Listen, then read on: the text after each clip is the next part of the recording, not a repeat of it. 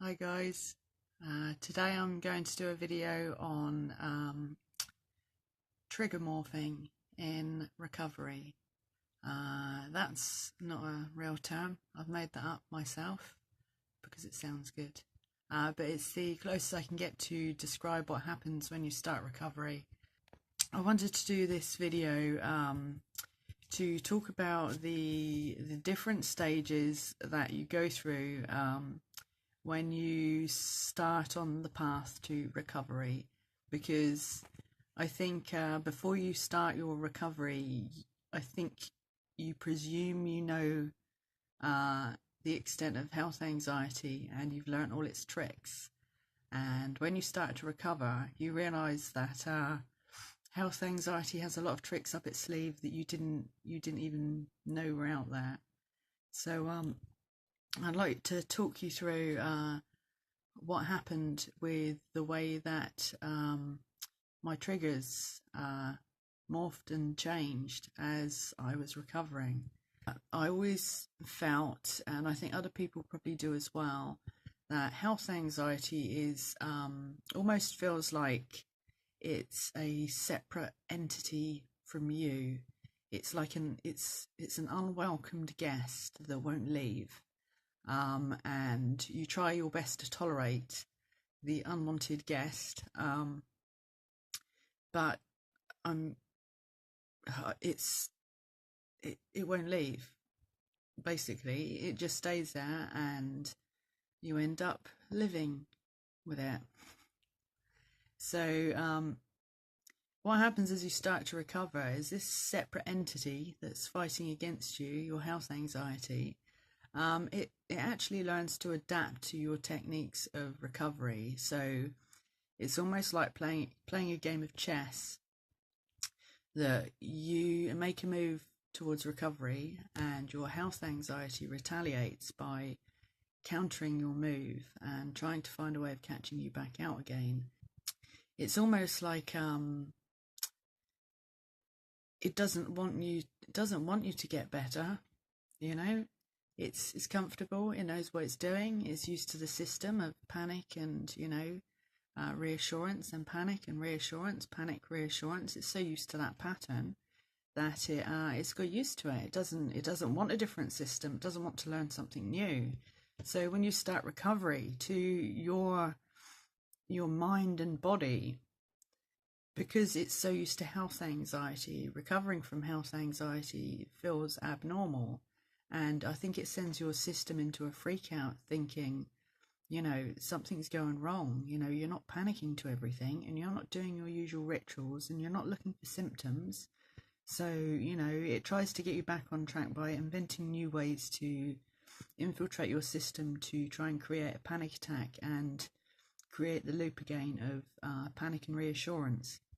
So, when I read the book on OCD, and it told me that to break a ritual you just need to stop doing it, and that's the only way around it, I decided to stop all of my body checking. And I thought, well, surely that's going to break the loop and that will end my health anxiety. So I stopped all of the body monitoring, and sure enough, it stopped. I got over this point and I thought, brilliant, I've made some headway, I'm starting to recover. So because I'm not doing the body checking, therefore my body cannot be a trigger. So that's, I'm getting better. So then my mind started reacting to sensations, because it's the same process of doing the body checking, only instead of you, say, checking your body, your arms and legs and that kind of thing to make sure it all looks normal, instead you do an internal checking process where you start focusing in on body function. So you will start to pick up on things like breathing and vision and, sound, and those kind of things that you're unable to control. You can develop, say, your trigger can be your vision. How can you switch your vision off? You cannot escape using your vision. So unlike with the previous things where you could say, the reason I'm reacting to different things is because I'm checking my body, Instead, you are reacting to something that you have no control over. So you can just stop body checking, but you can't switch off your eyes. Breathing's another one, you know.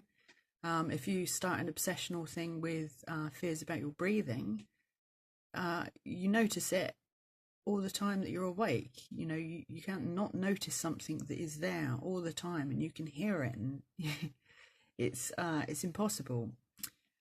So anyway, I started to deal with that and understand that it was just a trigger, and I still have problems with that one now. That's one that's like, it's probably my Achilles heel. I think it is for a lot of people. So I started to understand that it was just the same process all over again, except this time it had become internalized. So I managed to let go of some of those fears and accept the fact that it was just another stage that I was going through because I'd stopped body checking. It was almost like a punishment. My health anxiety was punishing me by finding another route in. So I started to process that, and I started to get over that one and being less reactive to sensations that I felt. And again, I thought, brilliant, you know, this is over and done with. And, you know, it stopped. And I was convinced that it stopped. But then my health anxiety morphed again into a new phase. And this one was even harder because then I started to react to the thought of having an illness that comes with no symptoms. You know, that's terrible. It's going full circle from, you know, reacting to symptoms to reacting to things that have no symptoms. So, you know, in that situation, it's quite difficult because the fact that you have no evidence to base these fears on is the fear itself, because the thing you're afraid of comes with no symptoms.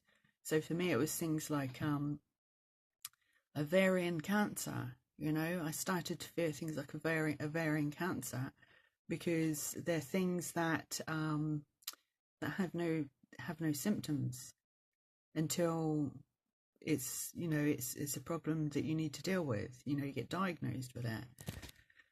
Another one that I developed was anaphylaxis, because with anaphylaxis you generally don't have a symptom that leads up to it until the point that it's already there. And what was the other one that I had? Aneurysms, brain aneurysms. You know, you can't predict a brain aneurysm through symptoms, so that makes it very hard to deal with a thing like that.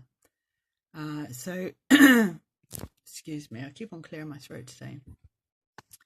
So the fortunate thing about it was that was quite an easy stage to go through, because I think probably that was the easiest one to rationalize, and I thought that, you know, this is getting a lot easier to process and deal with.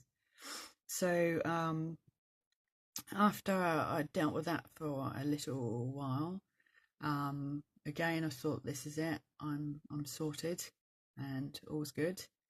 And then at that point I started to have my health anxiety that would affect me in my dreams. So it'd mean that you know, it found a way to get to me, and I'd been finding ways to recover. And it's almost as if my health anxiety thought, okay then, well, how are you going to deal with the fact that now I'm going to give you health anxiety and panic attacks when you're actually in your sleep? It was really bad because it would mean that most nights I was waking up having panic attack after panic attack, and I couldn't do anything about it because obviously I wasn't even awake to be able to prevent it or change my breathing or you know, any of the processes that could have prevented it. The last big phase where it morphed again was quite important in my recovery, because it was about the fact that I'd gone so long without reacting to my health anxiety that I started to then have anxiety about the fact that I wasn't anxious about my health, and I felt that could be irresponsible, and I should be looking out for my health. And whereas in the beginning I started going to the doctors twice a week and, seeking medical advice, say 4 or 5 times a week, and I would run to a doctor to help me as soon as I possibly could. Now I'm the opposite end, because my health anxiety has morphed so many times that now I'm terrified of doctors. And the worst thing that I could imagine was having to be sent for some kind of a test. It's made me fearful of all of the things that used to give me reassurance. So I'm afraid of doctors, doctor's appointments, routine tests, eye tests. Eye tests get me a lot. I'm afraid of any kind of medications that could help me with anything. So if I'm sick sometimes, I find it very difficult to take medication, because all of these things in the first few years, they would have been my go-to to try and get help. But now that I'm recovering, these things have become my fears. So it's a very complicated process, recovery. You need to understand that when you decide to try and recover, that what you're experiencing at the moment won't always be the case, and more than likely the thing that's going to follow will be a different version of the same thing, and that process will continue for quite some time. Just be warned, it's not going to be easy if you do decide to recover, and it will keep changing, but know that the changes are normal. And at least, even if you still have health anxiety at the end of it, like me, hopefully you will also, like me, have regained a large portion of your life, which makes it easier to deal with. So that's all I wanted to say for today, and I shall speak to you when I'm not looking quite so scruffy, probably tomorrow. Okay then, bye bye.